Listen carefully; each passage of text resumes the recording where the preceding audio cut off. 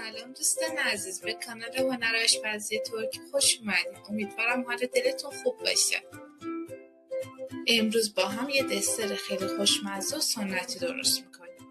سوتلاچ فر هم ساده است هم فوق‌العاده لطیفه. بریم که با هم درستش کنیم.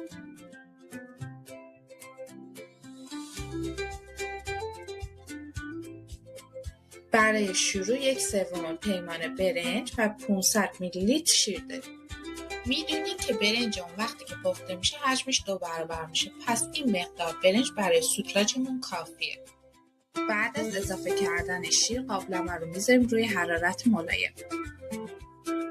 بعد آروم آروم هم میزنیم تا برنجامون خوب بپزن و نشاسته‌شون رو به شیر بدن.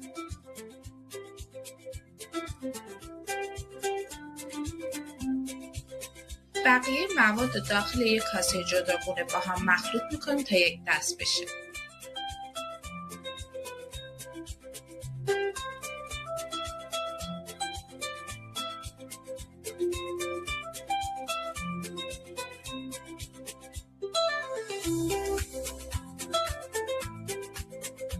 بعد از اون به برنجایی که روی گاز در حال پخت هستن اضافه میکنیم. دقت کنین همه مراحل داخل همون قابلمه انجام بدیم، چون که نشاسته برنج داخلش میمونه و باعث میشه سوتلاچتون خوش‌طعم‌تر و لذیذتر بشه. مدام به هم زدن ادامه میدیم، پشت قاشقمون رو خط میکشیم. اگر خط واضح بود یعنی سوتلاچمون آماده است. نباید خیلی سفت بشه. اگر یه مقدار شل بود اصلا نگران نباشین، چون که وقتی که داخل فر میره یه مقدار غلیظ‌تر میشه. کاسه ها رو داخل سینی فر کنار هم میچینیم.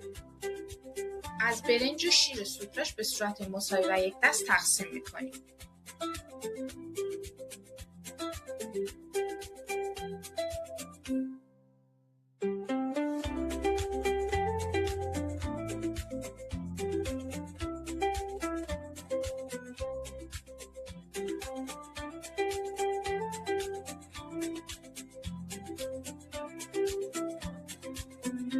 سوتلاچمون رو در طبقه بالای فری که از قبل با دمای 200 درجه گرم کردیم میذاریم.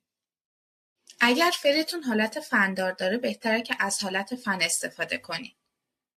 سینی فر رو تا نصفه با آب داغ پر کنین.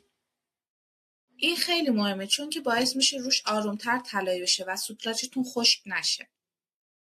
حدود 25 دقیقه بدونه که در فرمون رو باز کنیم میذاریم روی سوتلاچمون طلایی بشه.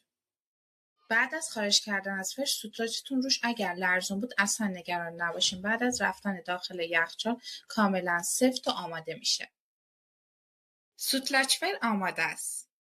اگر از دستور خوشتون اومد لایک و کامنت یادتون نره. برای دستورهای خوشمزه‌تر کانال رو دنبال کنین. خدا نگهدار.